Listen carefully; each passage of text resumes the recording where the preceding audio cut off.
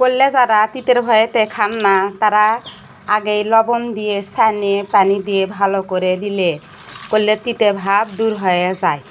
আসসালামু আলাইকুম, সবাই কেমন আছেন? আলহামদুলিল্লাহ, আপনি করে দোয়ায় আমি অনেক অনেক ভালো আছি।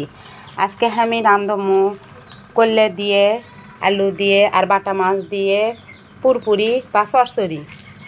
তা করলেগুলো আমি ভালো করে ছানে নিচ্ছি, ইয়ে করে লবণ দিয়ে ছানে নিলে করলে তিতে ভাব দূর হয়ে যায়। ছানে লওয়া আমার হচ্ছে, এখন ভালো করে ধুয়ে নেব। করলেও ভালো করে ধুয়ে লওয়া আছে, এদিকে আলু আগে থেকে ভালো করে ধুয়ে নিচ্ছি। এখন এর মধ্যে দেবো কাঁচা পেঁয়াজ, পত্তে আর রসুন, দেবো লবণ ও হলদি গুঁড়ো, দেবো গোটা জিরে আর দেবো তেল। করলে পুরপুরি তেল বেশি লাগে।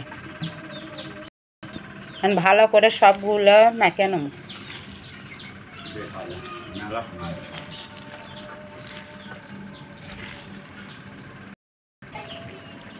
আর পুরপুরি কিন্তু মাখার উপর নির্ভর করে, যত ভালো করে মাখবেন তত কিন্তু সৎ। এখন আলু মেখেলা আছে, এখন ধোয়ালা করলেগুলোর মধ্যে দেবো। করলের সাথে আলুগুলো আবার আনা কিছুক্ষণ মেখে নেব। আরও অল্প আনা তেল দেবো।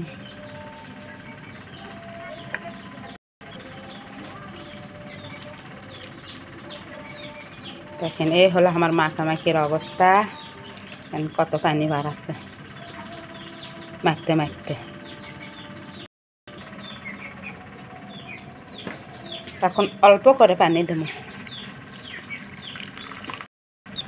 মাছ আমি এখনও দিব না, কাঁচা মাছ হলে তরকারির সাথে মাখে লওয়া লাগলো না, যেহেতু ভাজা মাছ তো যখন মাছখানে তরকারি হওয়ার ভাপ হবে তার আগে দিয়ে দিব। আর এটা হলো আমার শাকের ঢাকনা, আরও ঢাকনা আছে, কিন্তু যতক্ষণ পর্যন্ত নষ্ট না হবি ততক্ষণ পর্যন্ত চলতেই থাকবি। আমি সহজে যে কোনো জিনিসে নষ্ট করি না। এখন হাসলে পর তুলে দেবো, তুলে দিয়ে জাল দিয়ে নেব।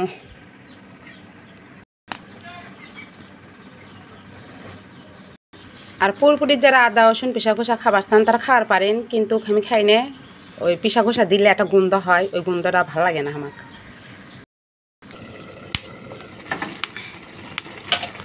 এখন ভাজা থোয়া মাছগুলোর মধ্যে দেবো।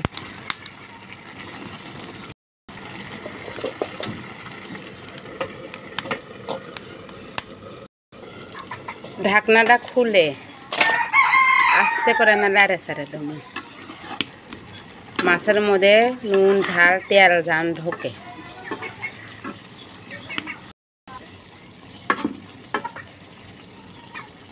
দেখেন মাছগুলো কিন্তু ঢেকে আছে তরকারি দিয়ে।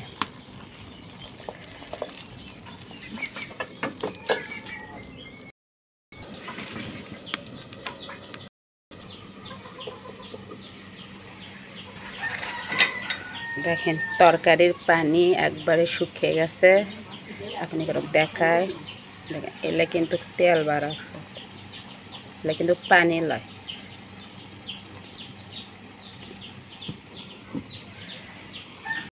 ইঙ্গা করে যখন পুরপুরি তেল ছাড়ে দিবি তখন মনে করবেন তরকারি হয়ে গেছে। আর পোড়া পোড়া তরকারি তো ভালো লাগে না, এই অবস্থায় নামে নেব।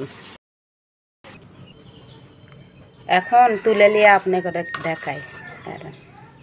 দেখেন মাছ কিন্তু একটা উলাইনি, আর তেল দেখছেন কত তেল।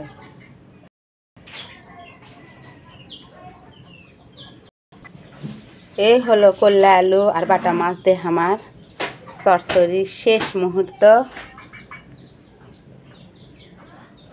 আপনারাও ইনকা করে রান্না খাবেন, যারা খান না তারা ইনকা করে রান্না দিলে অবশ্যই করলা আলু খাওয়ার মজা বুঝতে পাবেন। না খেলে কি বুঝতে পাবেন? তো রান্নাটা কেমন হলে অবশ্যই কমেন্ট করে জানবেন। ভালো থাকবেন, সুস্থ থাকবেন, দেখা হবে আবার নতুন কোনো ভিডিওতে। আল্লাহ হাফেজ, আসসালামু আলাইকুম।